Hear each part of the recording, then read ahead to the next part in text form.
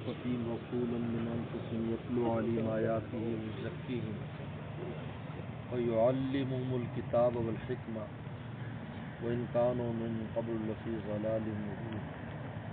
وقال النبي صلى الله عليه وسلم إنما بعثت معلما أو كما قال عليه الصلاة والسلام. صدق الله وصدق رسوله النبي الكريم. الحمدللہ آج آپ حضرات سے ملاقات کر کے اور پور نور جگہ کو دیکھ کر بہت مسرت اور خوشی ہو رہی ہے، اور بلکہ احساس ہو رہا ہے کہ مجھے جلدی وقت دے دینا چاہیے تھا، لیکن ہر شے اللہ تعالیٰ کی طرف سے ایک مقدر ہوتی ہے۔ حضرت علی کرم اللہ وجہہ نے فرمایا کہ رفت ربی بفصل عزائم، میں نے رب کو اس طرح پہچانا ہے کہ میں جب کسی شے کا ارادہ کر لیتا ہوں اور اس ارادے کا عزم کر کے اس پر عمل کرنے کی پوری کوشش کرتا ہوں اور اس کے لیے اسباب بھی مہیا کرتا ہوں، لیکن کام نہیں ہوتا، تو میں سمجھ جاتا ہوں کوئی اور ذات ہے جس کی مرضی چلتی ہے، میری مرضی نہیں چلتی۔ یہ ہمیں ایک وہم ہوتا ہے، انسان سمجھتا ہے کہ میری مرضی، اس دنیا میں کسی کی مرضی چلنے والی نہیں ہے، اللہ کی مرضی چلتی ہے۔ کہتے زندگی کے دو اہم وقت ہوتے ہیں، جب بچہ پیدا ہوتا ہے اور جب فوت ہوتا ہے، یہ زندگی کے دو اہم وقت ہیں، یہ دونوں ہی بندے کے اختیار میں نہیں ہیں۔ ڈاکٹر کہتے ہیں آج پیدا ہوگا، ہفتہ ہو جاتا ہے، 10 دن ہو جاتے ہیں، سال گزر جاتا ہے، 6 مہینے گزر جاتے ہیں۔ ڈاکٹر کہتے ہیں کہ جی 10 دن بعد پیدا ہوگا، اگلے دن پیدا ہو جاتا ہے۔ اسی طرح موت کا وقت مقرر نہیں ہے۔ امام مالک رحمۃ اللہ علیہ بہت بڑے ہمارے امام گزرے ہیں جو مدینہ شریف کے رہنے والے ہیں، امام دار الہجرہ ان کا لقب ہے، یعنی دار الہجرت کے امام۔ مدینہ شریف سے باہر نہیں جاتے تھے اس خوف سے کہ میری موت کہیں باہر نہ آ جائے، کیونکہ مدینہ شریف واحد وہ جگہ ہے پورے عالم میں جہاں مرنے کی رسول اللہ صلی اللہ علیہ وسلم نے ترغیب دی ہے کہ اگر کوئی مر سکے تو مدینے میں مرے۔ سبحان اللہ، واحد جگہ ہے، پھر مدینہ شریف واحد جگہ، یاد رکھیے۔ مکہ شریف میں مرنا فضیلت ہے، لیکن آپ نے ترغیب مدینہ شریف کی دی۔ من استطاع ان يموت في المدينة فلیمت، جو چاہے مدینے میں مر سکے تو مدینے میں مرے۔ کیوں؟ فرمایا اس لیے کہ قیامت کے دن سب سے پہلے میں مدینے والوں کی سفارش کروں گا۔ سبحان اللہ، سبحان اللہ۔ اللہ تعالیٰ نے اپنے گھر والے پیچھے کر دی، مکہ والے پیچھے، ان کی سفارش بعد میں، رسول اللہ کے گھر والے پہلے۔ تو امام مالک رحمۃ اللہ علیہ کبھی بھی جاتے نہیں تھے، صرف حج فرض حج کے لیے گئے بس، اور پھر فوراً واپس آ گئے فرض حج کر کے۔ اب ان کا دل چاہتا تھا میں عالم اسلام کی سیر کروں، عالم اسلام میں جاؤں، وہاں بڑے بڑے علماء ہیں، ان سے ملاقات کروں، ان سے علمی استفادہ کروں، لوگوں کو علمی استفادہ پہنچاؤں۔ تو استخارہ کیا کہ میری زندگی کتنی ہے۔ تو کئی دن استخارے کے بعد پیغمبر صلی اللہ علیہ وسلم خواب میں آئے اور آپ نے ایسے 5 انگلیوں کا اشارہ کیا، ایسے، اور بس تو وہ بیدار ہو گئے، سمجھ میں نہیں آ رہی اس کی تعبیر کیا ہے، 5 مہینے ہیں، 5 دن ہیں، 5 سال ہیں، کتنے ہیں؟ تو کسی معبر کے پاس بھیجا، کیونکہ تعبیر ایک الگ فن ہے، یہ قدرتی چیز ہوتی ہے۔ یہ جس طرح شعر و شاعری قدرتی اللہ دیتے ہیں نا جی، اسی طریقے پر تعبیر کا فن ہر عالم نہیں جانتا، ہر آدمی نہیں جانتا، جس کو اللہ تعالیٰ نواز دے۔ تو ایک معبر کے بعد بھیجا جن کو اللہ نے فن دیا تھا، کسی طالب علم سے کہا اور کہا یہ نہ بتانا، میرا نہ بتانا۔ انہیں جا کر پوچھا جی اس طرح کسی نے استخارہ کیا، تو صلی اللہ علیہ وسلم آئے، اپنی عمر کا استخارہ نے اس طرح اشارہ کیا، انہوں نے کہا بیٹا پہلی بات ہے کہ خواب تیرا نہیں ہے، تو اصل بندہ واضح کر۔ واپس گئے، استاد جی وہ تو یہ کہہ رہے ہیں کہ چلو بتا دو۔ ان کا ہاں امام مالک ہی دیکھ سکتا ہے اور وہی یہ استخارہ کر سکتے ہیں میری عمر کتنی ہے، کیونکہ مدینہ سے باہر جاتے نہیں ہیں اور جانا چاہتے ہیں۔ انہوں نے کہا بھائی یہ 5 سورہ لقمان کی آیت کو اشارہ ہے کہ 5 وہ چیزیں ہیں جو اس کو اللہ تعالیٰ کے علاوہ کوئی نہیں جانتا، اور اس میں انسان کی موت بھی ہے کہ کب اس کو موت آئے. تو جب دو چیزیں پیدائش اور مرنا اپنی مرضی سے نہیں ہے تو درمیان کی زندگی میں بھی انسان کی مرضی نہیں چلتی. اس لیے فرمایا کہ اللہ رسول کی مرضی پر قربان ہو جاؤ تاکہ جنت میں تمہاری مرضی چلے. چنانچہ یہ لفظ قرآن نے جنت کی سمجھ نتبوأ من الجنت حیث نشاء، ہم جہاں چاہیں جنت میں ٹھکانہ بنائیں، جہاں چاہیں یعنی ہماری مرضی جہاں چاہیں جنت میں ہم ٹھکانہ بنائیں. یہ مرضی کب ہوگی؟ جب دنیا میں اللہ رسول کی مرضی پہ چلے گا. اچھا مرضی پھر بھی نہیں چلنی کیونکہ جی میں نہیں چلنا پھر بھی اس کی مرضی نہیں چلتی.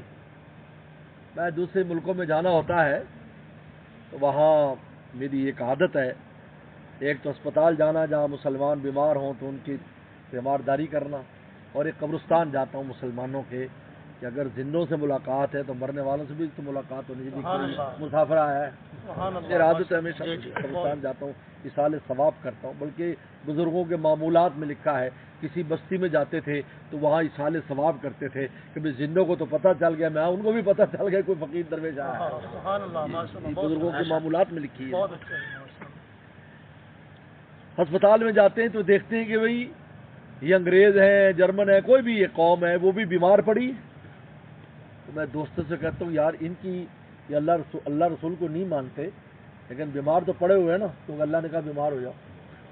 یا ان کی مرضی چلتی ہے؟ نہیں چلتی. ان کے قبرستان بھی بھرے پڑے ہیں، جب کہا مرنا ہے تو مرنے سے ہے نہیں. اگر ان سے پوچھا جائے تمہارا کبھی مرنے کو تیار نہ ہو، لیکن دنیا میں انسان چاہے میں اپنی مرضی پر زندگی گزاروں گا تب بھی اس کی مرضی نہیں چلنی. لیکن اگر وہی مرضی اللہ رسول پر قربان کر دے گا تو ایک اللہ والے نے کہا کہ جب بندہ اس نہج پر پہنچ جاتا ہے کہ اپنی مرضی کو اللہ پر اور رسول اللہ پر فدا کرنے لگتا ہے تو پھر اللہ تعالیٰ بھی اس کی مرضی کا خیال فرماتا ہے. سبحان اللہ. تو چنا خواہد، مولانا رومی جلال الدین فرمایا تو چنا خواہد خدا خواہد چنی، مید ہز جزا مراد متقی.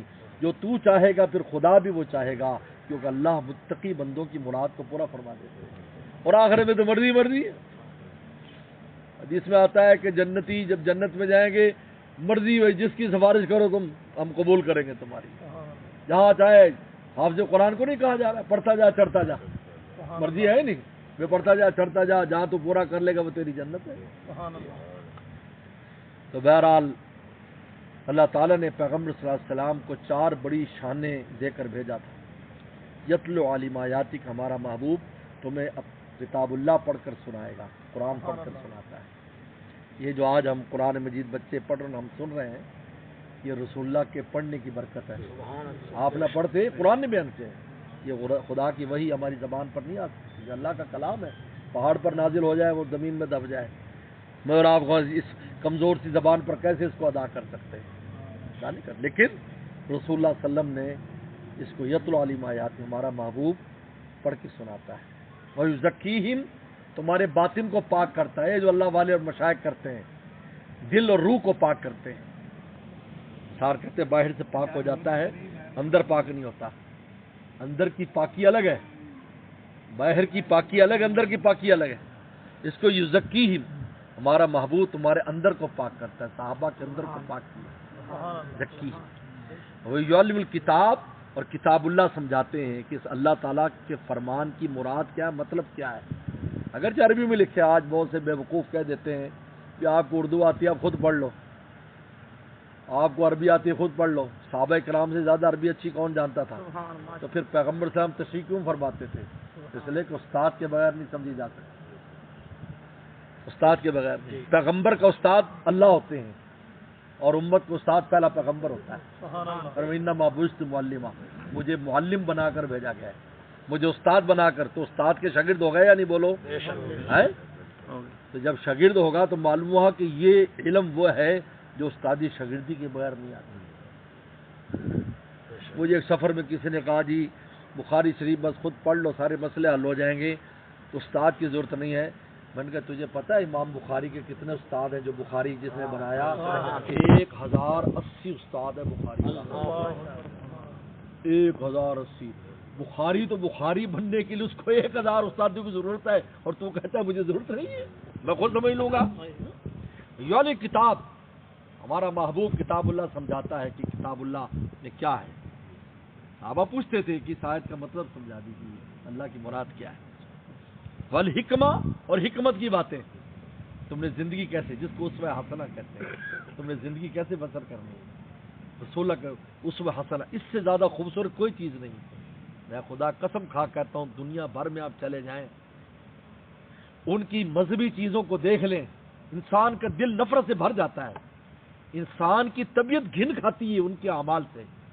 اللہ نے ہمیں جو دین اتنا خوبصورت ہے، دیکھنے والا بھی کہتا ہے کہ یار یہ کتنا خوبصورت عمل ہے جو لوگ کر رہے ہیں، سبحان اللہ۔ دیکھنے والا اس کو اس کا حسن نظر آتا ہے، چاہے وہ ہمارے ماننے والے نہیں، پھر بھی کہتے ہیں یار یہ کیسا اس میں حسن ہے۔ میں ابھی تقریباً 1 مہینہ ہوا، میں افریقہ کے ایک ملک ہے زامبیا، بہت اچھا ملک ہے، اچھا امیر ملک ہے، میں وہاں میرا جانا ہوا۔ وہاں ہمارے ایک دوست نے، پشاور کے دوست ہیں، انہوں نے وہ وہاں کاروبار کرتے ہیں، بہت پرانے ہیں، انہوں نے دعوت رکھی تھی۔ اس میں ایک سویڈن کا ایک نوجوان، یہ سویڈن جہاں قرآن مجید کو کچھ عرصہ پہلے نعوذ باللہ جلایا گیا، وہاں کے ایک نوجوان،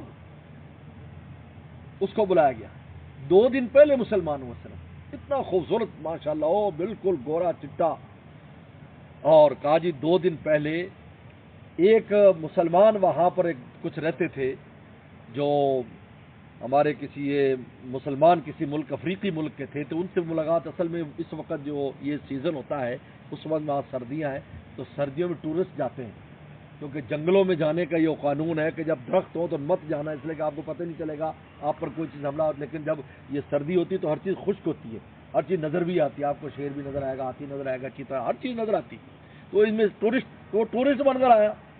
تو افریقی کچھ مسلمان تو پھر کیا کرتے ہیں، افریقی جو لوگ ہیں وہ ان ٹورسٹوں کے ساتھ ان کو سفر کراتے ہیں، جنگلوں میں لے جاتے ہیں، کیمپنگ کراتے ہیں۔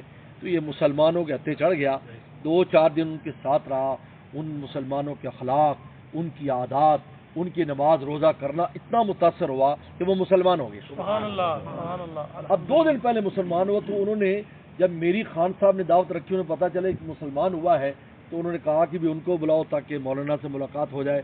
تو میرے ساتھ اس کی وہاں پر ملاقات ہوئی، اور اس نے بتایا بھی اسلام، اور پھر ہم نے جو وہاں کھانا، یعنی اس نے پہلی دفعہ مسلمانوں کے دسترخوان پر اس طرح کھانا کھایا، وہ ہر لقمے پر ایسے وہ خوش ہوتا تھا کہ یہ زندگی میں نہ تو ایسے کھانے ہم نے دیکھے اور نہ کھانے کا یہ انداز ہم نے دیکھا۔ یہ حکمہ ہے، یہ اسوہ رسول اکرم صلی اللہ علیہ وسلم نے جو ہمیں عطا فرمائی کہ تم نے زندگی کیسے بدلی، تم نے کھانا کیسے، تم نے پینا کیسے، ایک سے ایک چھوٹی سے چھوٹی چیز۔ اور سلمان فارسی رضی اللہ عنہ سے کسی یہودی نے کہا کہ یار یہ آپ کے نبی ہیں، نبی کا تو بڑا منصب ہے، تمہیں یہ بھی بتاتے ہیں بیت الخلاء میں کیسے جانا ہے، کیسے آنا ہے، استنجا کیسے کرنا ہے، یہ نبی کا منصب ہے؟ اور میں ہاں سینہ، ہاں یہی تو ہمارے پیغمبر ہیں کہ ہمیں ایک ایک چیز ایسی بتائی کہ تم نے بھائی اس کو اختیار کرو گے، یہ راہ سنت ہے، اجر و ثواب بھی ملے گا، اور اس سے زیادہ خوبصورت طریقہ بھی کوئی نہیں ہے۔ نقش قدم نبی کے ہیں جنت کے راستے، اور اللہ سے ملاتے ہیں سنت کے راستے۔ یہ الحمدللہ یہ جو ادارہ یہاں آپ ماشاءاللہ حصہ لے رہے ہو، یہ کہتے ہیں انسان کو ان 4 چیزوں میں حصے دار بننا چاہیے۔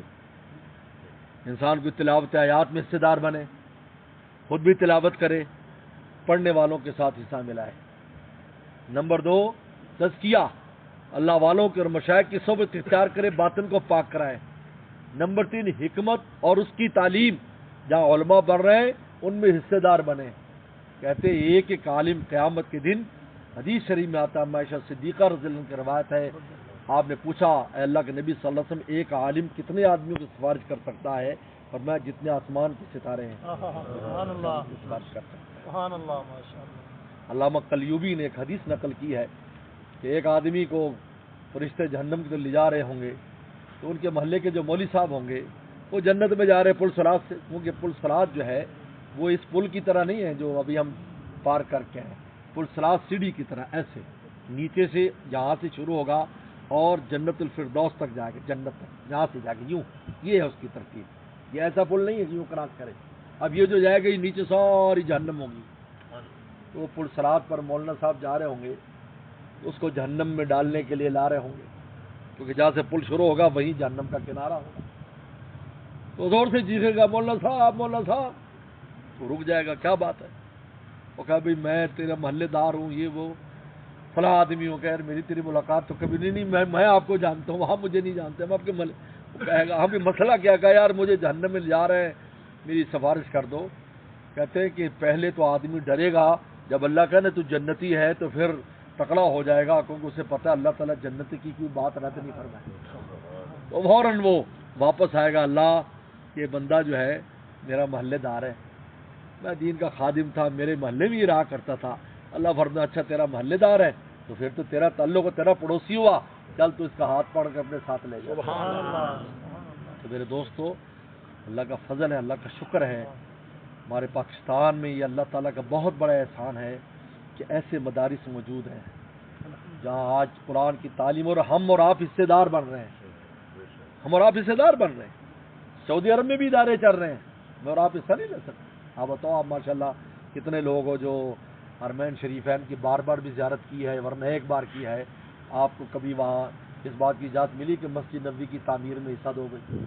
ملی کسی کو اجازت کہ جی میں پیسے لے لو مسجد نبوی میں لگا دیں، یا یہاں جو مدرسہ چل رہا ہے اس میں لگا دیں، یا مکہ شریف میں؟ نہیں بادشاہ ہم خود چلائیں گے، تمہاری کوئی ضرورت نہیں ہے. بہت بڑے لوگوں نے آفریں کی کہ ہم اربوں روپے دینے کو تیار ہیں اس کے لیے. نہیں ہم تم سے کوئی پیسے نہیں لیں گے. لیکن اللہ کا شکر ہے اکاؤنٹ کھولا ہوا ہے، کیا اکاؤنٹ کھولا ہے، مسجد بناؤ، مدرسہ بناؤ، جو چیز بناؤ. تو بہرحال مجھے بہت خوشی ہوئی آپ حضرات سے ملاقات کر کے، اور ماشاءاللہ یہ گلشن دیکھ کر اللہ تعالیٰ اس کو خوب ترقی دے، آپ حضرات کے مسائل قبول فرمائے. وآخر دعوانا ان الحمدللہ رب العالمین. اللهم لك الحمد كما صل على محمد كما انت وقل بنا كما انت انك انت التقوى والمغفرة. ربنا ظلمنا انفسنا وان لم تغفر لنا وترحمنا لنكونن من الخاسرين. اللهم انا نسألك الهدى والتقى والعفاف والغنى. اللهم اغفر عاقبتنا في الامور كلها واجعلنا من عذاب الاخرة. یا اللہ اس ادارے کو دن دگنی رات چوگنی ترقی عطا فرما. یا اللہ اس ادارے کو، یا اللہ اس ادارے چلانے والے، ادارے کا تعاون کرنے والے، جن کے بچے پڑھتے وہ ان کے بچوں کے لیے اور بچوں کے والدین کے لیے، پورے علاقے کے لیے صدقہ جاریہ فرما. صدقہ جاریہ اس کی شرف قبولیت نصیب فرما. خوب اور خوب یہاں پر علم اور روحانیت کے پھیلنے کا ذریعہ فرما. یا اللہ چشتی صاحب، ان کے والد صاحب، یا اللہ ان کی بڑی مساعی اور کوششیں ہیں، یا اللہ ان کی کوشش اور مساعی کو قبول فرما. تمام معاملین کے تعاون کو قبول فرما. یا اللہ قاری صاحب بڑی محبت فرماتے ہیں، بار بار ان نے دعوت دی، آج اللہ نے حاضری مقدر کی تھی، میری حاضری کو قبول فرما. اللہ ہم سب کو آپ پر فدا ہونے والا فرما، پیغمبر سلام رسوا کو اپنانے والا فرما. ہر طرح کی ہمیں عافیت نصیب فرما، ہر طرح کی عافیت نصیب فرما. یا اللہ یہ دینی محبتوں کو قبول فرما. جس طرح یہاں پر جمع کیا، ہمیں جنت میں بھی اس طرح جمع فرما، ہمیں جنت میں بھی اس طرح جمع فرما. یا اللہ ہمارے مرحومین مرحومات کے مغفرت فرما، بیماروں کو شفا عطا فرما.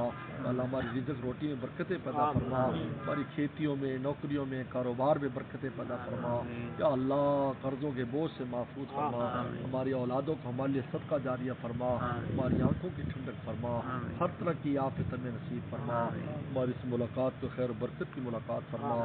اللهم انا نسألك من خير ما سألك منه نبيك محمد صلى الله عليه وسلم، ونعوذ من شر ما استعاذك منه نبيك محمد صلى الله عليه وسلم. انت المستعان ولك البلاغ ولا حول ولا قوة الا بالله. ربنا تقبل منا انك انت السميع العليم. صلى الله تعالى على خير خلقه محمد وآله وصحبه اجمعين.